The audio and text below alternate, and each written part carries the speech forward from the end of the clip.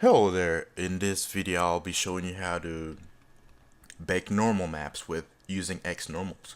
The idea behind this is that like in game development you try to use as few polygons as you can, and you cannot just create some simple prop like what we're going to be creating today is a soccer ball, so you cannot just create a high poly soccer ball and it's just going to be a prop in the environment. So what we do to remedy that is create a high poly mesh and then create a lower poly mesh and bake the normal maps from the high poly mesh to the lower poly mesh, and then just add a diffuse texture on it so it just looks good without the extra polygons. So 3D Max has a baking system, but I don't quite understand that, and honestly XNormals is quite easy.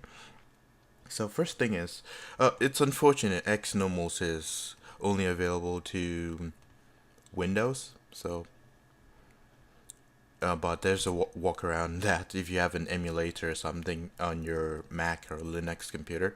So just go to the website, then go to downloads, and just download the installer. I already have this, so I wouldn't do that. I'll go ahead and start creating a high poly mesh over a soccer ball here. So go to your object panel, extended primitives. I'll assume you already know a little bit about 3D Max. So this is Hydra, create that, don't worry about the size just yet, and use the radio button on dodec slash icosahedron here in P to 0. 0.37. Okay, that looks good. So convert to an editable poly. I'll hit F4 to show my edged faces there, and I'll select all the edges. Control A to select all. In split the edges, select polygon. Control A to select all, and apply a modifier called tessellate. I'll just type TE. You could always scroll down and find it, tessellate here, and make sure it operates on the polygons, and then add a smooth modifier, spherify actually, spherify modifier to make it round, and we'll go ahead and add an edit poly modifier. Select polygons again with all the polygons selected. The settings button here under bevel. Make sure it's set to local normals and height is 0.8, and the outline should be minus 0.5. Alright, commit those changes, and last thing you need to do is apply a mesh smooth to make it round and nice. Mesh smooth, and subdivision method, select classic. Alright, that looks good. So convert to editable poly. Wow, look at all of this. Okay, hit 7 on your keyboard to see the poly count here. So that's about 2500. That's a whole lot of polygons for a ball.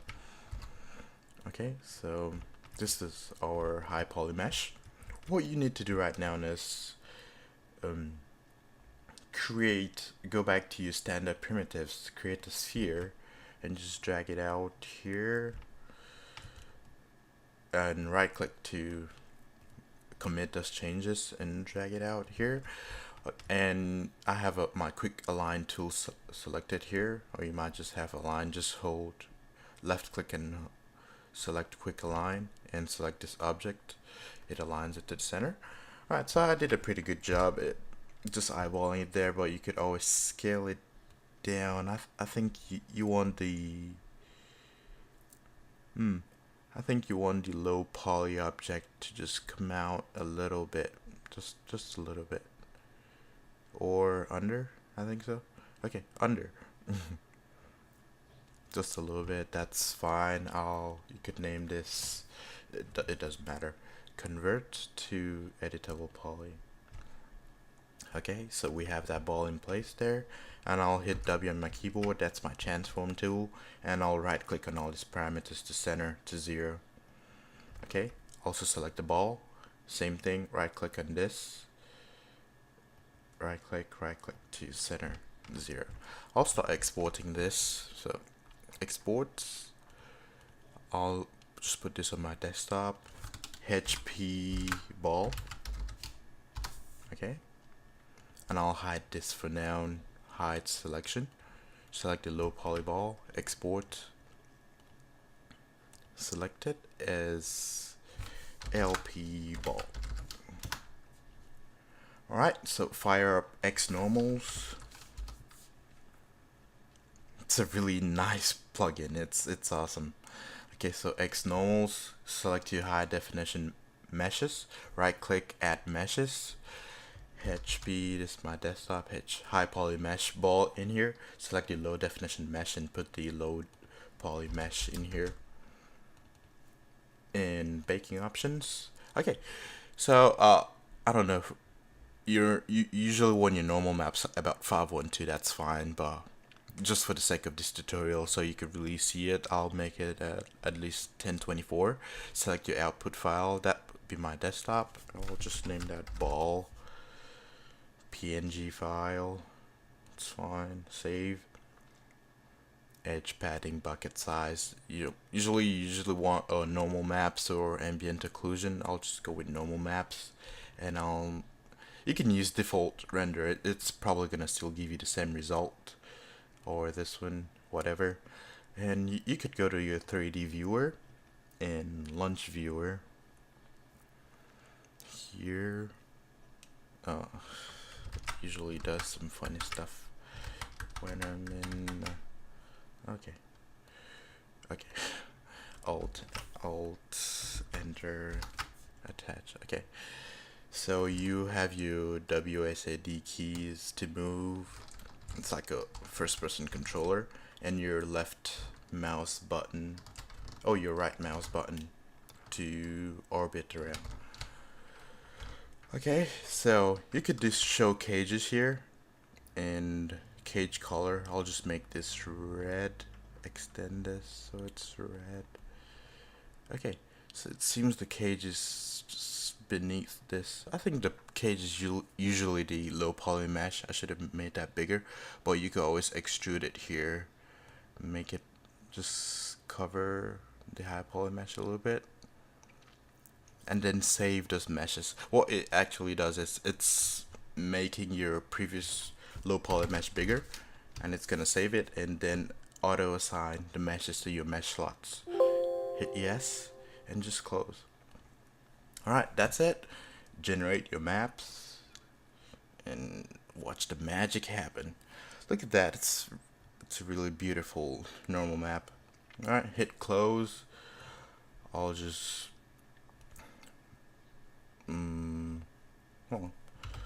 I'll drag. Oh, okay, so I have the normal maps in here. I'll just drag it in here just so you can see what it looks like. F4, look at that. It looks really good, huh? Alright, so let's do it the right way. Hit M on your keyboard to bring up the material editor. Put the material on here, then under maps. Usually I used to put the normal maps just under bumps, but that doesn't really help it a whole lot. So 100, and select the object, assign material to selection. We can't really see the normal maps in the viewport right now. You could fix that by hitting realistic materials with maps, and after a second you'll be able to see the normal maps. It looks weird. It doesn't look anything like the ball we had, so I'll unhide all, select the ball, move it here so we could just compare. So the bump map doesn't look anything like this.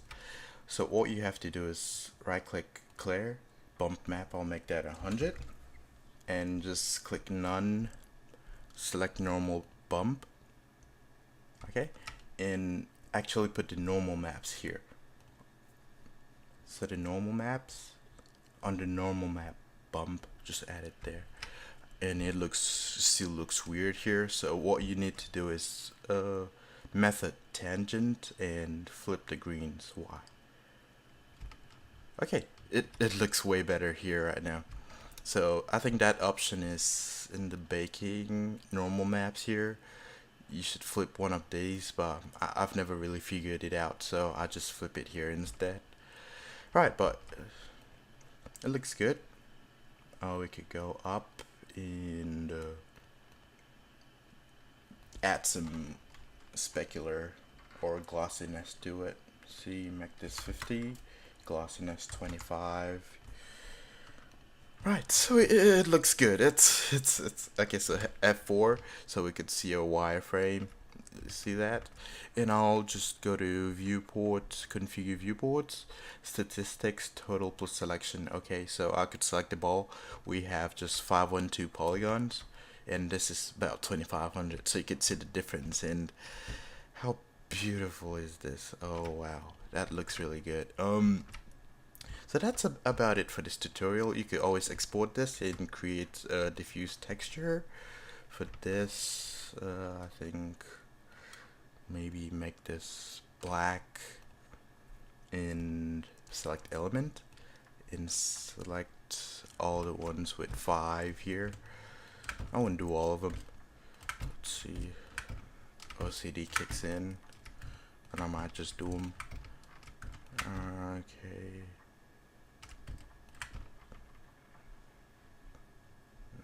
Alright, then again I'm lazy.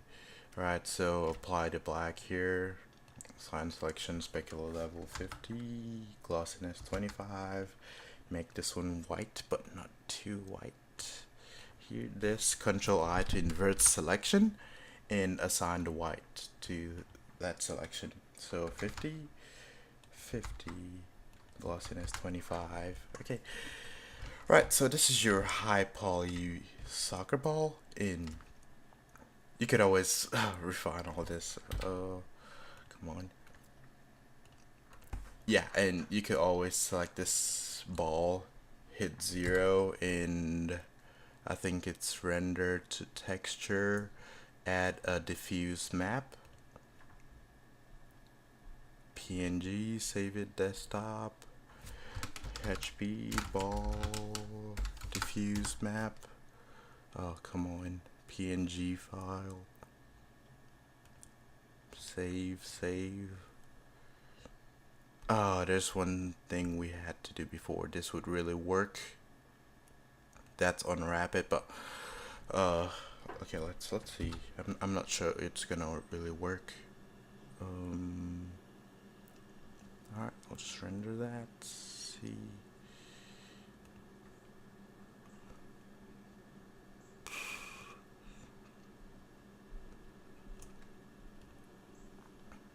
Oh yeah, I don't know. I think I need to unwrap this with a sphere, like the same